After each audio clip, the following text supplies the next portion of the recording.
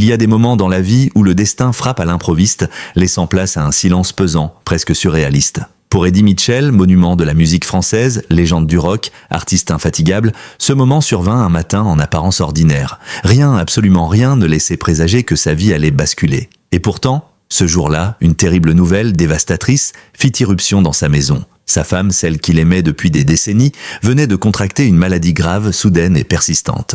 Pour comprendre le choc de cette annonce, il faut se pencher sur le couple qu'il formait. Car derrière l'apparence d'un rocker vieillissant, derrière les lunettes noires et la voix rauque, se cachait avant tout un homme profondément loyal et discret, profondément attaché à ses valeurs. Sa femme était plus qu'une simple partenaire, elle était son guide, son soutien, son ancrage, une femme rare avec qui il avait partagé triomphes, tournées, hauts et bas, moments de doute et de renaissance. Perdre cette compagne, même l'imaginer, était impensable. Et pourtant, le corps médical ne l'avait pas consulté. La nouvelle fut comme un coup de poignard. Un diagnostic précis, prononcé par des médecins au visage grave, habitués aux annonces difficiles mais jamais insensibles à la tragédie humaine. Pour Eddie, le monde s'arrêta. Les mots résonnèrent dans la pièce, froid, pesant, insoutenable, tumeur, complications, intervention d'urgence. Des mots qui, pour n'importe qui d'autre, auraient sonné comme des menaces. Mais pour un homme qui avait passé sa vie à jouer de la musique plutôt qu'à souffrir, ces mots prirent une dimension presque surréaliste.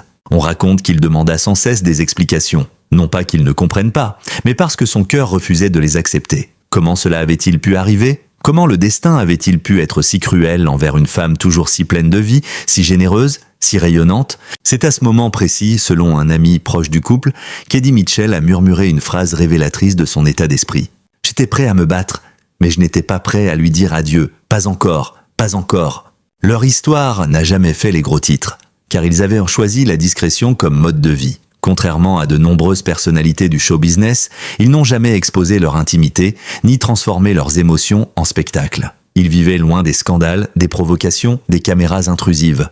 Leur force tenait justement à cette capacité à préserver leur sanctuaire familial. Mais face à une telle épreuve, même les couples les plus soudés peuvent vaciller. Et pourtant, eux se sont rapprochés encore davantage. Malgré la douleur, malgré l'angoisse, malgré les nuits sans sommeil, ils ont trouvé dans cette tempête une forme de complicité nouvelle. Celle qui naît lorsque l'on se sait au bord du précipice et que chaque geste, chaque sourire, chaque mot devient précieux.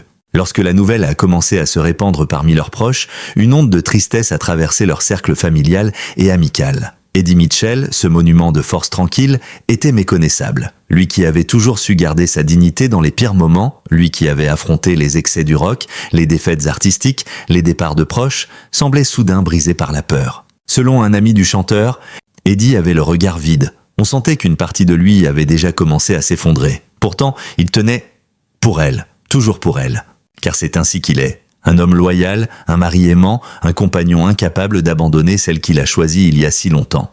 Pendant des semaines, les médecins ont tout tenté. Les traitements étaient lourds, les effets secondaires violents, les espoirs fragiles. Chaque amélioration était accueillie comme une victoire, chaque rechute comme un coup de massue. Eddie passait des heures entières à son chevet. Il refusait de quitter l'hôpital, dormant parfois dans un fauteuil inconfortable, s'épuisant volontairement pour ne pas la laisser seule une seconde de trop. Il aurait confié à une infirmière « Je ne veux pas qu'elle ouvre les yeux et qu'elle ne me voie pas. Je veux qu'elle sente ma présence. Même si elle dort, même si elle souffre, je suis là. » Mais la maladie, dans sa cruauté, n'écoute jamais les prières. Jour après jour, elle gagnait du terrain, rendant le combat plus difficile, la douleur plus intense, l'espoir plus fragile. Eddie Mitchell n'est pas un homme qui abandonne facilement. Mais ce qui se joue ici n'était pas un simple combat. C'était une confrontation avec l'inévitable. Pourtant, il s'accrochait. À la moindre amélioration, à la moindre parole réconfortante des médecins, à la moindre lueur dans le regard de sa femme. Mais au fond de lui, une vérité commençait à s'imposer. Malgré son amour, malgré sa force, malgré sa présence constante, il ne pouvait pas arrêter ce qui était en train de se produire. Et cette vérité le déchirait. À mesure que la maladie progressait, sa femme perdait de l'énergie. Elle ne parlait plus autant. Parfois, elle s'endormait en plein milieu d'une phrase, mais chaque fois qu'elle le voyait, elle souriait. Un sourire doux, fragile, chargé de remerciements silencieux. Un témoin raconte, il se regardait longuement, en silence, comme s'il se disait tout ce qu'il n'avait pas eu le temps de se dire en une vie entière. Ce silence-là était plus puissant que n'importe quel mot. Le moment redouté, la nécessité de dire adieu. Puis un jour, les médecins ont demandé à Eddie Mitchell de s'isoler avec eux. Leur voix était grave, leur regard compatissant, le verdict imparable. Ils devaient se préparer. Le moment approchait. Ce moment que personne n'est jamais prêt à affronter. Ce moment où l'on comprend que l'on va perdre la personne qui a partagé un demi-siècle de notre vie. Ce moment où les souvenirs, les regrets, les promesses, les éclats de rire, les querelles d'autrefois, tout revient en rafale comme un film que l'on projette pour la dernière fois. Eddie Mitchell a serré les dents. Il a remercié les médecins.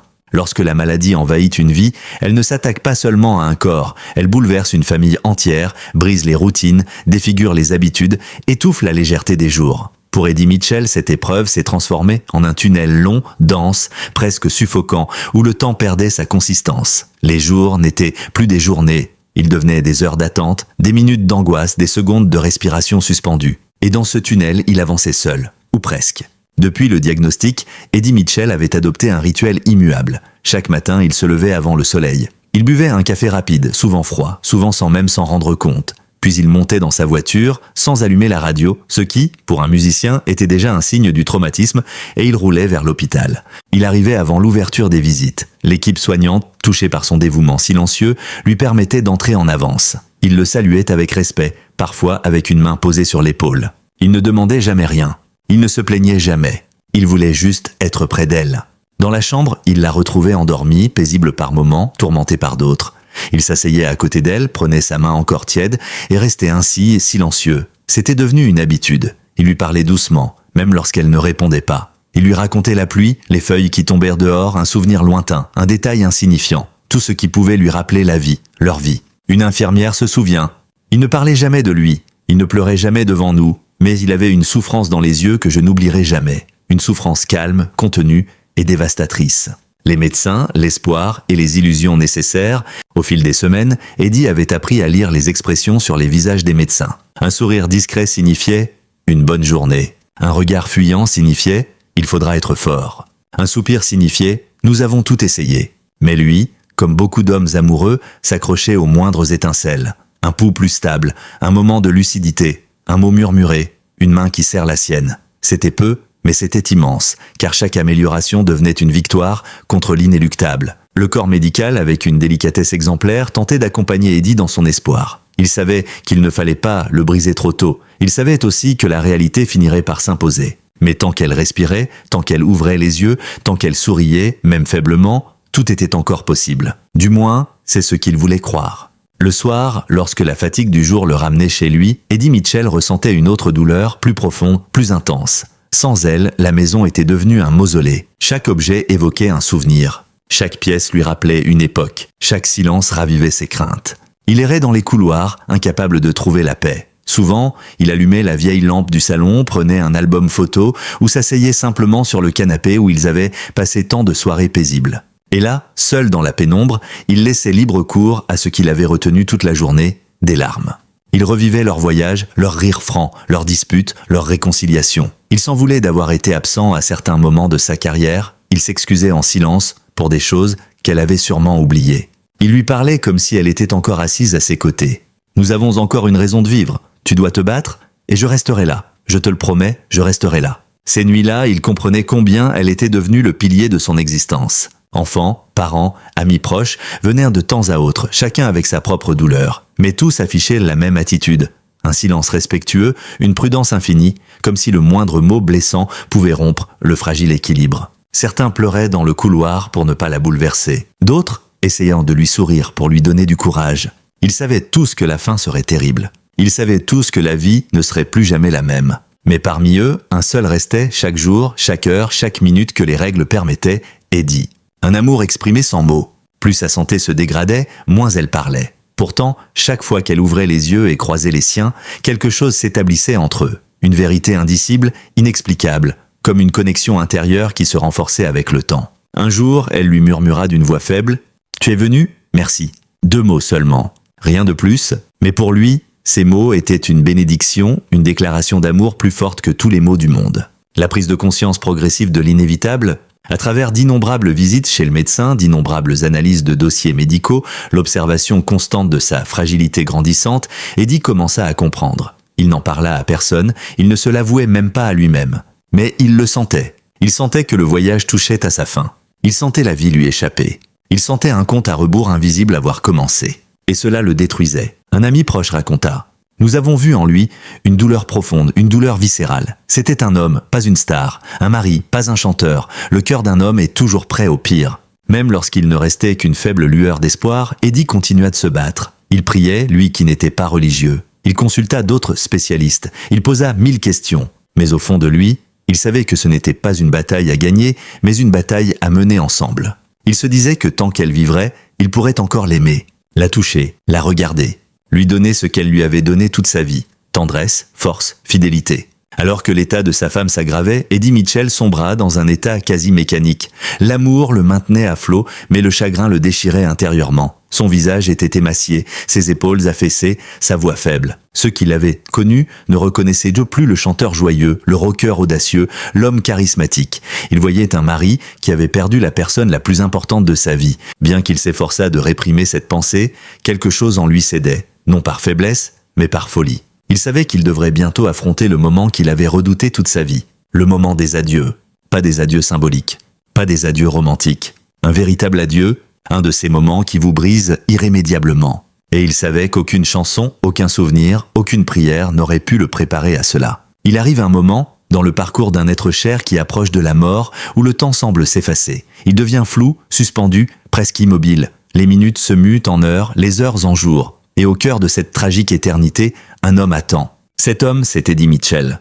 Depuis des semaines, son existence se limite au couloir de l'hôpital, à une chambre blanche, à une chaise au bord du lit. Le monde extérieur a disparu. Les chansons, le studio, la télévision, les concerts, les interviews, tout appartient à un autre univers, comme si la vie de l'artiste qu'il a si durement bâti pendant des décennies ne lui appartenait plus. Il ne reste qu'elle, sa femme, ou plutôt, ce qu'il en reste. C'était un matin maussade, un matin sombre. Eddie est arrivé plus tôt que d'habitude, mais l'équipe médicale l'a accueilli avec une timidité, une étrange réserve.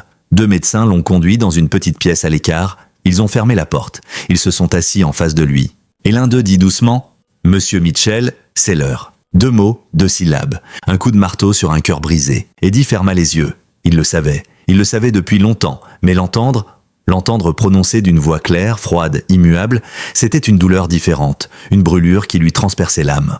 Les médecins expliquèrent que les organes de sa femme défaillaient, que la douleur était désormais soulagée, que son corps s'éteignait paisiblement. Ils lui conseillèrent de rester auprès d'elle, de lui parler, de prononcer ses dernières paroles. Comme si un homme pouvait condenser 50 ans d'amour en quelques murmures. Quand il revint auprès d'elle, elle respirait encore, mais à peine. Ses yeux étaient au clos. Son visage semblait ailleurs, suspendu entre ce monde et l'autre. Eddie s'approcha lentement, comme si chaque pas menaçait de rompre l'équilibre fragile de l'instant. Il s'assit près d'elle, prit sa main et sentit son poids, presque imperceptible. La voix tremblante, il lui dit « Je suis là, mon amour, je suis toujours là ». Et même si elle ne répondait plus, il savait qu'une partie d'elle pouvait encore entendre. Les médecins le lui avaient dit. L'ouïe était le dernier sens à disparaître. Alors il continua. Il lui parla de leur enfance, des voyages, des soirées cinéma silencieuses, des fois où ils avaient ri aux larmes, des fois où ils s'étaient disputés pour des broutilles. Il lui dit qu'elle était ce qu'il y avait de plus beau dans sa vie, ce qui avait tout rendu possible. Puis, la voix brisée, il murmura « Je ne veux pas te perdre, mais si tu dois partir, alors pars, je te laisserai partir. » Ces mots la brisèrent, car les prononcer était déjà une défaite. La pièce était silencieuse, mais ce silence était presque insoutenable. On n'entendait que le bourdonnement des machines, le bip régulier, la respiration faible de sa femme et de temps à autre, les pas feutrés du personnel dans le couloir. Puis, peu à peu, même les machines semblèrent ralentir. Eddie redoutait chaque nouveau bip comme un verdict. Puis, un changement subtil se produisit. Un rythme différent. Une respiration plus longue. Une pause entre les respirations. Une longue pause. De nouveau. Et encore. Il le savait avant même de regarder l'écran. Le corps de sa femme s'éloignait lentement du monde. Il caressa son visage avec une infinie tendresse et dit « Merci pour tout ». Puis, tandis que son dernier souffle s'échappait, presque imperceptible, presque irréel, il sentit sa main s'alléger dans la sienne. Trop léger. Il comprit. Il posa son front contre le sien. Il ferma les yeux, et il lui serra la main, refusant de la lâcher. L'instant d'après, le monde s'écroula. Quand les machines se turent, quand les infirmières entrèrent dans la chambre, quand une main bienveillante se posa sur son épaule, Eddie sembla immobile. Il n'était plus là. Il était sous le choc, de celui qui survient quand l'impossible devient réalité. Une infirmière se souvient, il ne pleurait pas, il ne disait rien. Il la regardait comme si elle allait ouvrir les yeux, comme s'il vivait un cauchemar. Il fallut l'aider à se relever, ses jambes tremblaient, son corps paraissait plus vieux, plus fragile, comme si la perte l'avait vidé de toute substance. Le retour à la maison, L'absence envahit chaque pièce. Ce soir-là, lorsqu'Eddie franchit le seuil de sa maison, la première chose qu'il ressentit fut le vide. Pas seulement le vide, mais un néant profond, lourd, oppressant.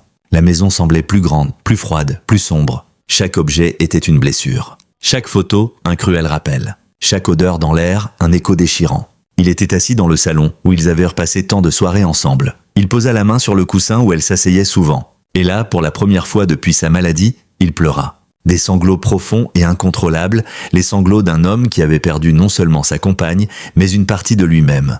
Les jours suivants, une douleur sans lumière. Les jours passèrent, mais ils perdirent tout leur sens. Il se levait machinalement. Il mangeait rarement. Il parlait peu.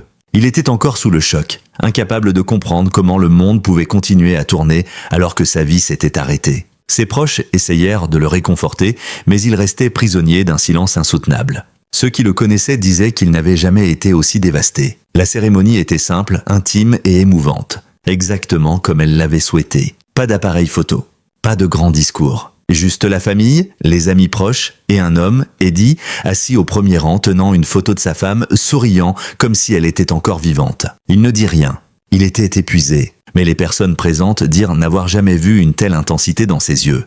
Un profond chagrin mêlé à une immense gratitude pour toutes ces années partagées. Un avenir à reconstruire, la vie après sa mort. Aujourd'hui encore, Eddie Mitchell est profondément marqué par son décès. Il apprend à vivre avec son absence, à respirer différemment, à marcher sans elle, à parler sans s'effondrer. Ce n'était pas une renaissance. Ce n'était pas une guérison rapide. Ce fut un long chemin, fait de petites victoires et de grandes peines. Mais une chose était certaine. Son amour pour elle illuminerait toujours chacun de ses pas, comme une lumière, aussi faible soit-elle, qui ne s'éteindrait jamais. Il existe des histoires qui ne s'arrêtent pas avec le cœur qui cesse de battre, des histoires qui persistent dans le silence, dans la mémoire, dans de petits gestes que le souvenir refuse de laisser mourir. L'histoire d'Eddie Mitchell et de sa femme est de celle-ci. Ce que l'artiste a traversé, ce qu'il a enduré, fut une de ces épreuves qui transforment un être en profondeur. Une maladie soudaine, une faiblesse progressive, l'impuissance, la peur, puis la perte, tout cela a failli le briser à jamais. Mais alors, dans ce déchirement intérieur, une vérité a émergé. Le véritable amour ne disparaît pas avec le corps. Il subsiste sous une autre forme. Depuis la mort de sa femme, Eddie Mitchell avance à petits pas. Chaque jour est un combat, mais aussi une source de gratitude. Un hommage à elle, à ce qu'elle représentait, à la force qu'elle lui a donnée, à la douceur qu'elle a apportée à sa vie, à cette présence qui continue de résonner dans chaque pièce, chaque chanson, chaque souffle. Ce n'est pas une reconstitution spectaculaire. Ce n'est pas un retour triomphal. C'est une simple et élégante histoire de survie humaine. Une manière discrète de dire que l'amour, même affaibli, même blessé, peut continuer à guider un homme. Dans le cœur du public, cette histoire nous rappelle que les idoles ne sont pas invincibles. Qu'au-delà de la scène, de la légende, du costume noir et du sourire énigmatique, il y a toujours un être humain, un mari, un compagnon, qui a enduré et aimé avec une telle ferveur que les projecteurs ne peuvent ni révéler ni apaiser. L'image finale d'Eddie Mitchell tenant la main de sa femme alors qu'elle rend son dernier souffle est devenue une icône. De la loyauté, du courage, de la vulnérabilité, de la vérité. Et cette vérité nous touche tous, car elle nous rappelle ce qui nous est le plus cher. Les êtres que nous aimons, les liens que nous tissons, les moments que nous partageons, les adieux que nous redoutons, les souvenirs que nous chérissons.